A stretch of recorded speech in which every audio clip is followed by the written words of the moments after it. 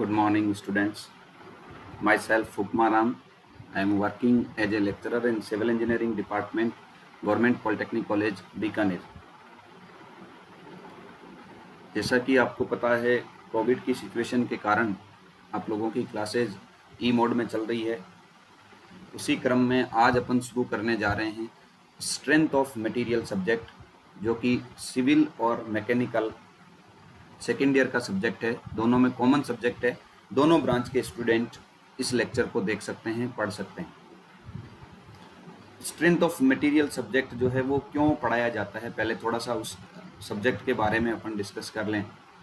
Strength of material का मतलब क्या होता है? मटेरियल्स यानी जितने भी अपने इंजीनियरिंग मटेरियल्स है उनकी बात करेंगे अपन यहाँ पर।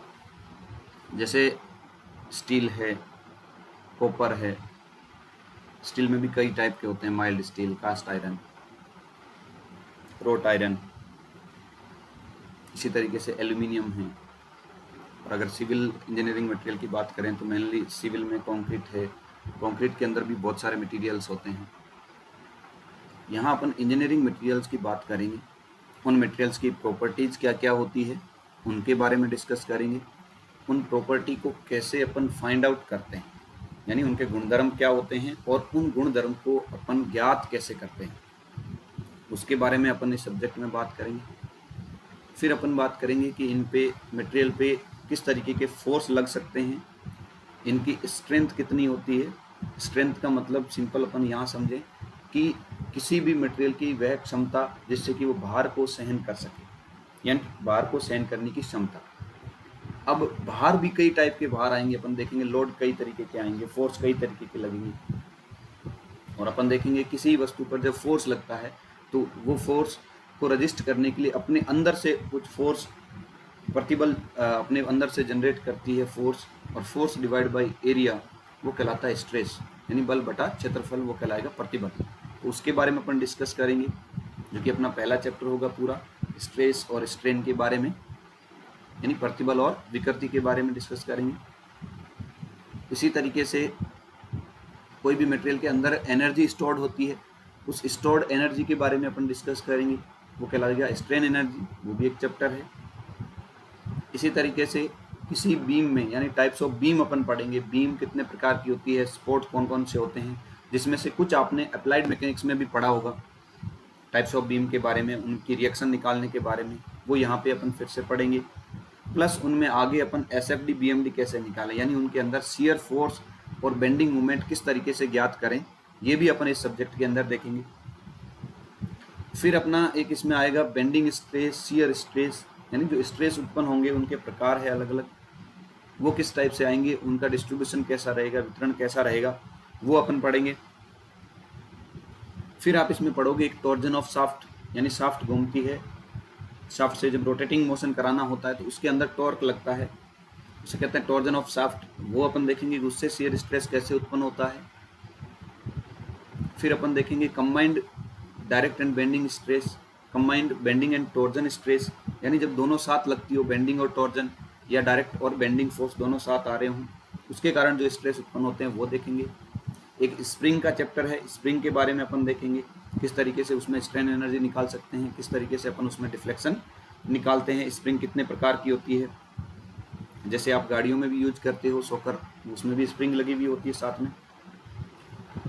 और कमानी जो होती है बड़ी गाड़ियों में, जो लोड वाहन जो होते हैं, लोडिंग वाहन, उनके अंदर भी बड़े बड़े जो लगे रहती है कैरेज, फ्लैट कैरेज स्प्रिंग बोलते हैं उनको। इसी तरीके से आप थिक सिलेंड्रिकल सेल्स पढ़ेंगे, सेल्स के अंदर कैसे लॉन्गिट्यूडनल और ट्रांसवर्स शियर स्ट्रेस उत्पन्न होते हैं, वो आप देखोगे। तो ये अपने इस सब्जेक्ट का रहेगा, जिसमें आपके टोटल 13 चैप्टर है, जिसको अपन आज फर्स्ट चैप्टर से शुरू कर रहे हैं 1 by 1, और इसको आप डेली रेगुलर बेसिस पे इसको देखते रहिए, और रेगुलर बेसिस पे ही आपको इसको देखना है। आज का अपना शुरू करते हैं topic upon strength of material subject. उसमें मैं थोड़ा सा आपको बता दूं पहले, ये इसका अपना फर्स्ट चैप्टर का सिलेबस रहेगा। ये आपका सिविल और मैकेनिकल, देखो कोड CE 201, फिर ये ME और MA 201 भी है, यानी सिविल मैकेनिकल में यहाँ कॉमन है। और इसके 2 लेक्चर आपके वीक में आएंगे, और एक ट्यूटोरियल आता है, एक प्रैक्टिकल आता है। अल्टरनेट वीक में आता है, एक बार ट्यूटोरियल एक बार प्रैक्टिकल, 2-2 घंटे का। यहाँ आपने अभी लेक्चर शुरू करने, तो पहले आप लेक्चर पे ध्यान दीजिए। तो फर्स्ट चैप्टर में ये है आपके सिंपल स्ट्रेस एंड स्ट्रेन, यानी साधारण प्रतिबल और विकृति। उसका यहाँ मैंने सिलेबस कुछ लिया है जो आज अपन डिस्कस करने जा रहे हैं, वेरियस मैकेनिकल प्रॉपर्टीज। ये पहला अपना आज का टॉपिक रहेगा, वेरियस मैकेनिकल प्रॉपर्टीज, यानी यांत्रिक गुणधर्म क्या क्या होते हैं किसी भी पदार्थ के, जिसमें ये नाम दिए हुए हैं यहाँ 6: elasticity, plasticity, ductility, brittleness, toughness और हार्डनेस। ये 6 अपने पास प्रॉपर्टी दी हुई है। इलास्टिसिटी का मतलब होता है प्रत्यास्थता, प्लास्टिसिटी का मतलब होता है सुगठियता, डक्टिलिटी यानी तन्यता, ब्रिटलनेस मतलब भंगुरता, टफनेस यानी दृढ़ता और हार्डनेस यानी कठोरता। ये आपकी प्रॉपर्टीज है जिसको कि आज अपन डिस्कस करेंगे, एक एक करके इन 6 प्रॉपर्टी को अपन डिस्कस करेंगे कि ये प्रॉपर्टी होती क्या है। एग्जाम में इनकी सिंपल आपसे डेफिनेशन पूछी जाती है। तो शुरू करते हैं आज का अपना जो फर्स्ट चैप्टर है, उसका first topic mechanical properties of engineering materials, यानी इंजीनियरिंग मटेरियल्स जो होते हैं, अपने जो पदार्थ होते हैं, उनके यांत्रिक गुणधर्म क्या क्या है। तो फर्स्ट गुणधर्म है इलास्टिसिटी, प्रत्यास्थता। ये अपने पास इलास्टिसिटी, प्रत्यास्थता फर्स्ट गुणधर्म है। इलास्टिसिटी, प्रत्यास्थता क्या होती है? प्रत्यास्थता का मतलब होता है कि पदार्थ का वह गुणधर्म जिसके कारण लोड लगने पर पदार्थ अपनी अवस्था से विचलित हो जाता है, डिफॉर्म हो जाता है, तथा बाह्य लोड हटाने पर वो पदार्थ अपनी मूल अवस्था में लौट जाता है। दोबारा बता रहा हूँ, पदार्थ का वह गुणधर्म जिसके कारण उस पदार्थ पर बाह्य बल लगने से वह पदार्थ डिफॉर्म हो जाता है, मुड़ जाता है, तथा बाह्य बल हटाने पर वह पदार्थ वापस अपनी मूल अवस्था में लौट आता है, उसे कहते हैं प्रत्यास्थ। इंग्लिश में डेफिनेशन यहाँ मैंने लिखी हुई है, it is the property by virtue of which material deformed under the load is enable to return to its original dimension when the load is removed. यानी जब लोड को रिमूव करते हैं तो वो अपनी ओरिजिनल डायमेंशन में वापस आ जाता है। डायमेंशन ओरिजिनल यानी शेप एंड साइज में वापस आ सकता है। जैसा था वैसा का वैसा वापस हो जाए तो अपन कहेंगे वो इलास्टिक मटेरियल है। और उस मटेरियल की जो प्रॉपर्टी है जिसके कारण से वो डिफॉर्म हुआ लोड लगने पर, तथा लोड हटाने पर वो वापस अपनी मूल अवस्था में आ गया लौट के, तो उस पदार्थ के उस गुणधर्म को कहते हैं प्रत्यास्थता। उस प्रॉपर्टी को बोलते हैं इलास्टिसिटी। अब बात आती है कि वो बॉडी जो है या जो पदार्थ है वो अपनी मूल अवस्था में पूरा लौट सकता है या नहीं लौट सकता। अगर वो पूरा लौट जाता है तो वो कहलाता है परफेक्टली इलास्टिक, यानी पूर्णतया प्रत्यास्थ पदार्थ कहलाएगा। यहाँ इंग्लिश में लिखा है, if a body regains completely its original shape it is said to be perfectly elastic. यानी यदि कोई बॉडी कंप्लीटली ओरिजिनल शेप में आ जाता है, यानी जैसा था वैसा का वैसा एकदम एज इट इज वापस हो जाता है, तो उसे अपन कहेंगे पूर्णतया प्रत्यास्थ। पूर्णतया प्रत्यास्थ यानी परफेक्टली इलास्टिक। अब बात करें कि ये डिफॉर्मेशन कितनी दूरी तक होगा, कितने टाइम तक होगा, या ऐसा होता है क्या कि बहुत ज़्यादा लोड लगा दें तो भी अपनी ओरिजिनल शेप में आ जाता है? ऐसा नहीं होता। पदार्थ लोड की कुछ लिमिट तक, कुछ एक फिक्स लिमिट तक पदार्थ अपनी मूल अवस्था में आता है। यदि लोड अपन बहुत ज़्यादा लगा देंगे तो फिर पदार्थ अपनी मूल अवस्था में कभी लौट के नहीं आएगा। तो वो जो लोड की वो जो एक लिमिट है वो कहलाती है इलास्टिक लिमिट, यानी लोड की वह लिमिट जहाँ तक पदार्थ अपनी मूल अवस्था में उस लोड को हटाने पर आ जाए तो वो कहलाएगा इलास्टिक लिमिट। तो यहाँ मैंने लिखा है, certain limit of load beyond which removal of load results in permanent deformation is known as elastic limit. यानी लोड के हटाने की वह लिमिट है, लोड की वह लिमिट, अगर उसके बाद अपन बात करें यानी उससे ज़्यादा लोड लगा दिया, सपोज वो लिमिट है आपकी 5 किलो न्यूटन पर मीटर स्क्वायर, आपने 5 किलो न्यूटन पर मीटर स्क्वायर से बढ़ा के 6 कर दिया, तो वो जो लिमिट 5 थी उससे आपने ज़्यादा ले लिया 6। अब अगर आप उस लोड को हटा भी रहे हो तो भी पदार्थ अपनी मूल अवस्था में नहीं आएगा। तो वह लोड की वह सीमा जहाँ तक पदार्थ अपनी मूल अवस्था में लौट के आता है वो कहलाएगा इलास्टिक लिमिट, यानी उसके बाद फिर वो मूल अवस्था में नहीं आएगा। और इलास्टिक मटेरियल के जो एग्जाम्पल है वो है स्टील, स्टील इलास्टिक मटेरियल है कुछ लिमिट तक, एल्यूमिनियम, कॉपर, कंक्रीट, सब इलास्टिक मटेरियल है। इनको चेक कैसे करते हैं इलास्टिसिटी को? इलास्टिसिटी को अपन चेक करते हैं उसकी मॉडुलस ऑफ इलास्टिसिटी निकाल के। मॉडुलस ऑफ इलास्टिसिटी होती है Young's modulus of elasticity, Young का प्रत्यास्थता गुणांक कैपिटल ई, वो ज्ञात करते हैं अपन जब अपन माइल्ड स्टील पे या किसी भी मटेरियल पे अपन टेंसाइल टेस्ट करते हैं और फिर उससे स्ट्रेस स्ट्रेन कर्व बनाते हैं। वो भी आपके सिलेबस में है, वो भी अपन आगामी क्लासों में उसको भी डिस्कस करेंगे, वो भी बहुत इंपॉर्टेंट है। स्ट्रेस स्ट्रेन कर्व, उससे अपन निकालते हैं मॉडुलस ऑफ इलास्टिसिटी, और उस मॉडुलस ऑफ इलास्टिसिटी यंग के प्रत्यास्थता गुणांक ई से अपने को पता चलता है कि कौन सा मटेरियल कितना इलास्टिक है। जैसे स्टील है वो रबड़ से ज़्यादा इलास्टिक होता है। कहने को तो आपको लगता है रबड़ है, रबड़ को आपने खींचा, छोड़ दिया, वापस आ गया, ठीक है, वो लगता है इलास्टिक, लेकिन स्टील उससे ज़्यादा इलास्टिक है। क्यों? क्योंकि स्टील की इलास्टिसिटी ज़्यादा है। जब अपन चेक करते हैं तब पता चलता है कि स्टील की इलास्टिसिटी रबड़ से ज़्यादा होती है।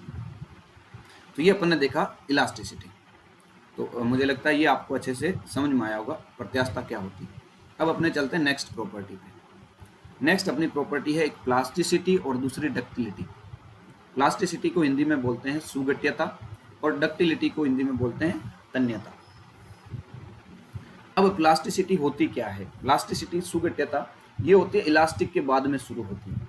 जैसे अभी अपन ने इलास्टिसिटी बात करी, प्रत्यास्थता ये उसके बाद की लिमिट आगे आती है। यानी जब किसी मटेरियल पे लोड बढ़ाया जाता है, बाहर से लोड लगाया जाता है और लोड हटाने पर वो मटेरियल अपनी ओरिजिनल शेप एंड साइज में नहीं आ पाता, यानी कुछ ना कुछ उसमें परमानेंट डिफॉर्मेशन रह जाता है।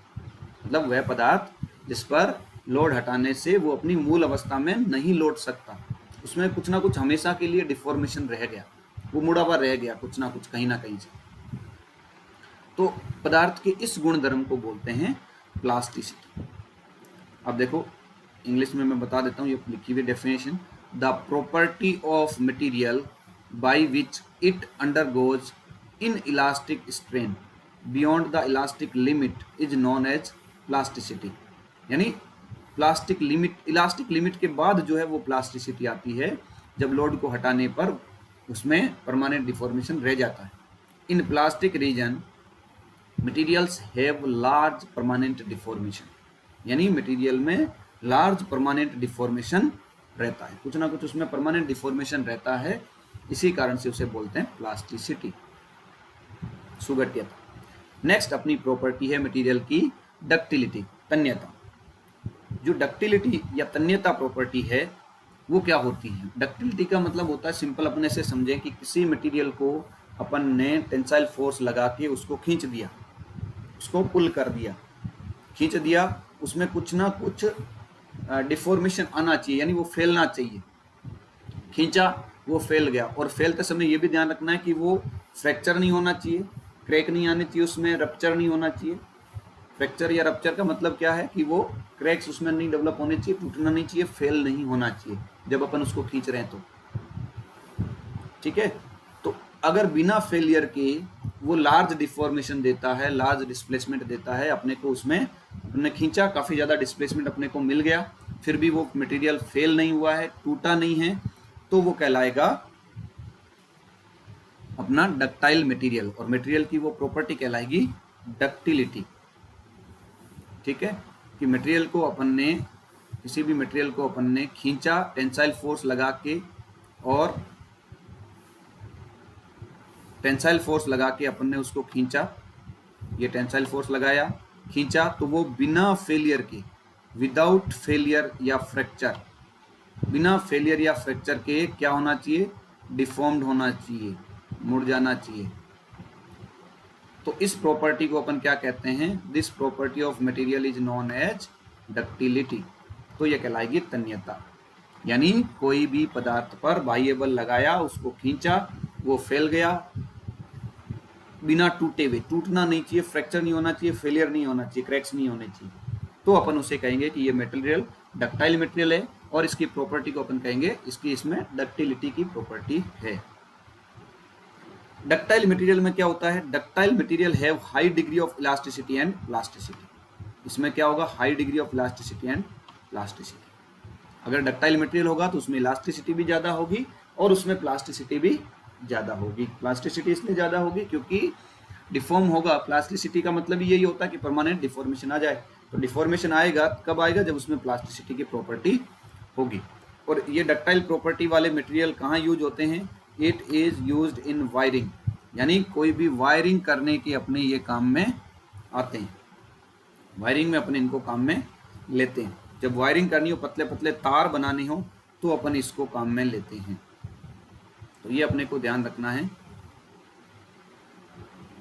ठीक है। ये अपनी डक्टाइल प्रॉपर्टी। चलते हैं अपन नेक्स्ट प्रॉपर्टी पे। नेक्स्ट प्रॉपर्टी जो अपनी है वो है ब्रिटलनेस।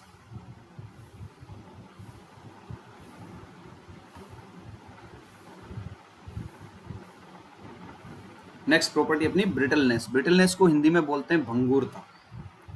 भंगुरता, भंगुरता ये डक्टिलिटी का जस्ट उल्टा है। देखो, it means lack of ductility. Lack of ductility यानी डक्टिलिटी की कमी होना। यानी जिस पदार्थ में डक्टिलिटी नहीं होगी वो पदार्थ ब्रिटल होगा, उसमें ब्रिटलनेस की प्रॉपर्टी होगी, वो भंगुर होगा। जो तन्य नहीं होगा वो क्या होगा? भंगुर होगा। ये जस्ट उल्टा है। किसी भी एक मटेरियल में डक्टिलिटी और ब्रिटलनेस दोनों नहीं हो सकती।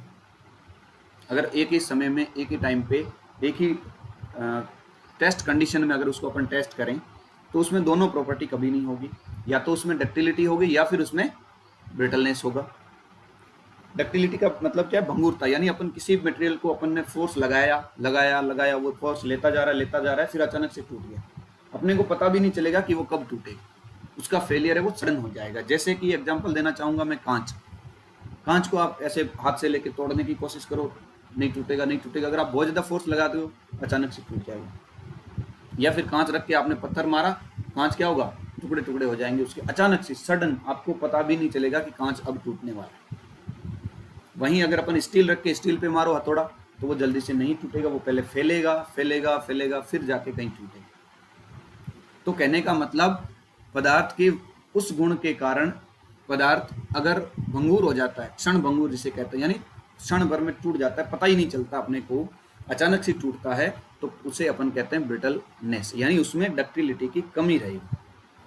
तो अगर अपन बात करें यहाँ डेफिनेशन की, in a brittle material no considerable deformation, ये बहुत ही इंपॉर्टेंट वर्ड है यहाँ, no considerable deformation take place, यानी उसमें कोई कंसिडरेबल डिफॉर्मेशन नहीं आता। कंसिडरेबल डिफॉर्मेशन का मतलब क्या है? कि जिसको अपन कंसिडर कर सकें, जिसको अपन मेजर कर सकें, इसको ऐसे भी कह सकते हैं कंसिडरेबल या मेजरेबल डिफॉर्मेशन, जिसको अपन विजुअल हो, जो अपने देख सकें, ऐसा डिफॉर्मेशन अगर नहीं आता है तो वो ब्रिटल मटेरियल कहलाता है। और ये डिफॉर्मेशन कब? बिफोर फेलियर, फेलियर से पहले।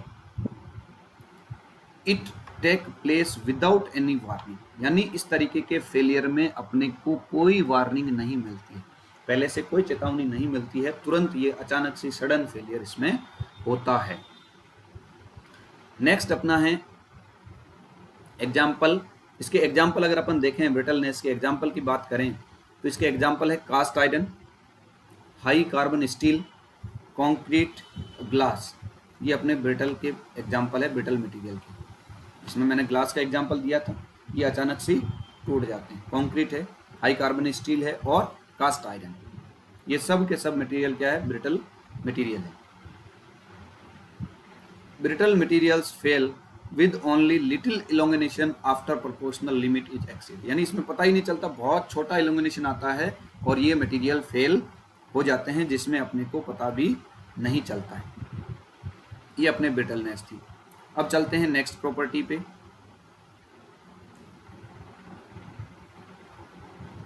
नेक्स्ट प्रॉपर्टी है अपनी टफनेस। नेक्स्ट प्रॉपर्टी क्या है अपनी? टफनेस। टफनेस को हिंदी में बोलते हैं दृढ़ता। टफनेस मटेरियल की वो प्रॉपर्टी होती है जो ऊर्जा को अवशोषित करती है, एनर्जी को एब्जॉर्ब करती है। जैसे अपन किसी मटेरियल पे हथौड़े की चोट लगाएं या किसी भार को उसके ऊपर गिराएं और उस भार को वो सहन कर ले, और गिराने वाले भार को बोलते हैं इम्पैक्ट लोडिंग। इम्पैक्ट लोडिंग यानी चोट करी अपन ने उस पर और उस चोट को वो सहन कर गया बिना टूटे हुए, बिना फेलियर के, यानी उस मटेरियल में टफनेस है, वो मटेरियल अपना टफ है। मतलब वो मटेरियल कुछ ना कुछ प्रॉपर्टी उसमें ऐसी है कि जिसके कारण से वो उस मटेरियल को, उस भार को सहन कर सका।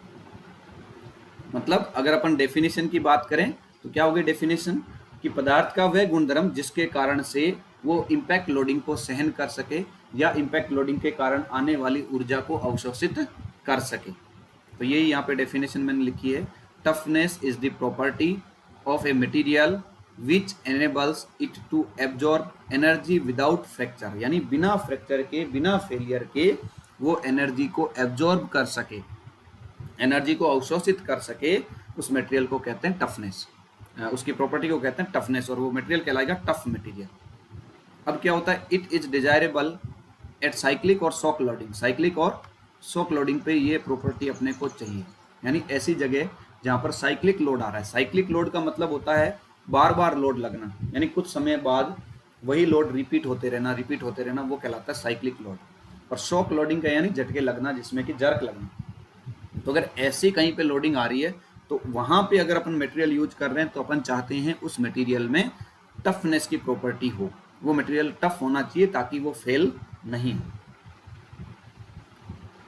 इसको कैसे मेजर करते हैं, it is measured in terms of energy required per unit volume of the material, यानी energy divide by volume, simple सी बात है, एनर्जी डिवाइड बाय वॉल्यूम, ऊर्जा बटे आयतन, उस रूप में अपन इसको मेजर करते हैं टफनेस।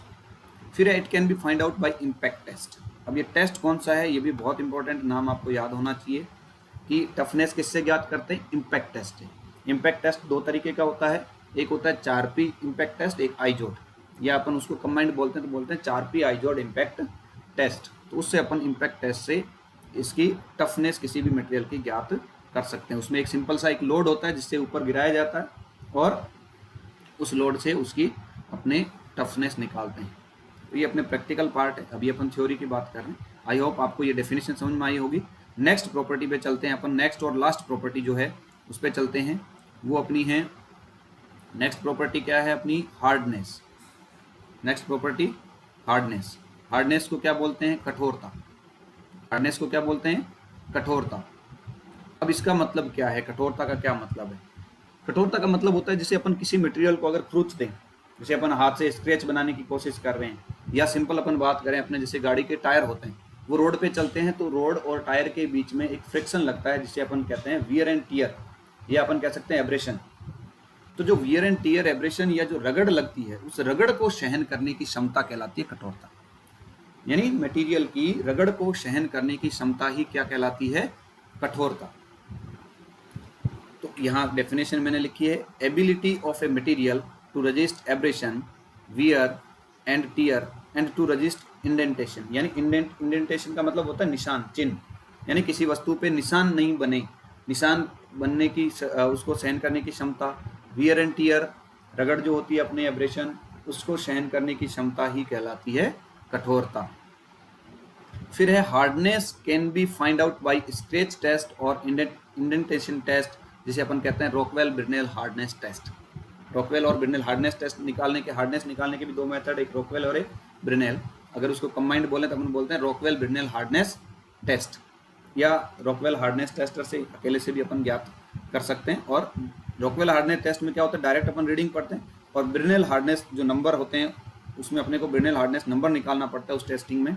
उस नंबर निकालने का ये फॉर्मूला है, ब्रिनेल हार्डनेस नंबर निकालने का ये फॉर्मूला है 2p/πd डी माइनस, ये यहाँ थोड़ा ध्यान देना है आपको, ये जो है ये है डी स्क्वायर, D2 का मतलब D square minus small D, इसका भी स्क्वायर।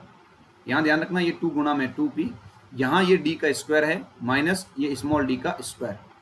अब यहाँ बात करें ये p की क्या चीज़ है, p होता है जो स्टैंडर्ड लोड होता है। इसमें स्टैंडर्ड लोड होते हैं, हर मटेरियल के लिए अलग अलग लोड होता है, किसी में जैसे 100 kg होता है, किसी में 150 kg होता है, किसी में 187.5 kg भी होता है। तो अलग अलग ये फोर्स होते हैं, स्टैंडर्ड लोड होते हैं इसे। और कैपिटल डी है वो डायमीटर ऑफ बोल होता है। जैसे अपन इसमें इंडेंट निशान मार्क करते हैं तो वो जो बोल काम में लेते हैं, स्टील की बोल्स भी होती है और एक डायमंड कट शेप भी होती है, तो उसमें स्टील बॉल का डायमीटर क्या है, ये कैपिटल डी। और स्मॉल डी जो है वो डायमीटर ऑफ इंडेंट, इंडेंट का मतलब निशान, यानी जो मटेरियल अपना है उस पर जो निशान बन गया है, उस बॉल को दबाने के कारण, प्रेस होने के कारण जो निशान बन गया है, उस निशान का जो अपने डायमीटर है, व्यास है, वो कहलाता है डायमीटर ऑफ इंडेंट। वो डी स्मॉल अपन यहाँ रखते हैं, तो ये अपने पास ब्रेनेल हार्डनेस नंबर आ जाता है। और अगर रॉकवेल हार्डनेस की बात करें तो वहाँ डायल गेज लगा हुआ होता है, उस डायल गेज से अपन रीडिंग पढ़ के फिर अपन रॉकवेल हार्डनेस नंबर या रॉकवेल हार्डनेस निकाल सकते हैं। तो ये है अपने हार्डनेस। हार्डनेस का कहाँ काम आती है, ये जैसे अपन टायर की बात करें, टायरों में भी हार्डनेस होनी चाहिए। अगर टायर हार्ड नहीं है तो उसका एब्रेशन नहीं होगा, टायर जल्दी घिस जाएंगे। कई टायर लेट होते हैं, लेट घिसते हैं, वो उसका क्या कारण है लेट घिसने का, क्योंकि उसमें हार्डनेस की प्रॉपर्टी ज़्यादा है। तो ये अपन ने आज देखा मैकेनिकल प्रॉपर्टीज, ये सारा 6 प्रॉपर्टी थी, उसको मैंने डिटेल में 1 बाय 1 करके आपको एक्सप्लेन किया है। ठीक है, इसको अच्छे से देखिए, फिर अपने नेक्स्ट टॉपिक के अपन नेक्स्ट लेक्चर में अपन बात करेंगे next topic. Thank you very much, मिलते हैं अगले लेक्चर में।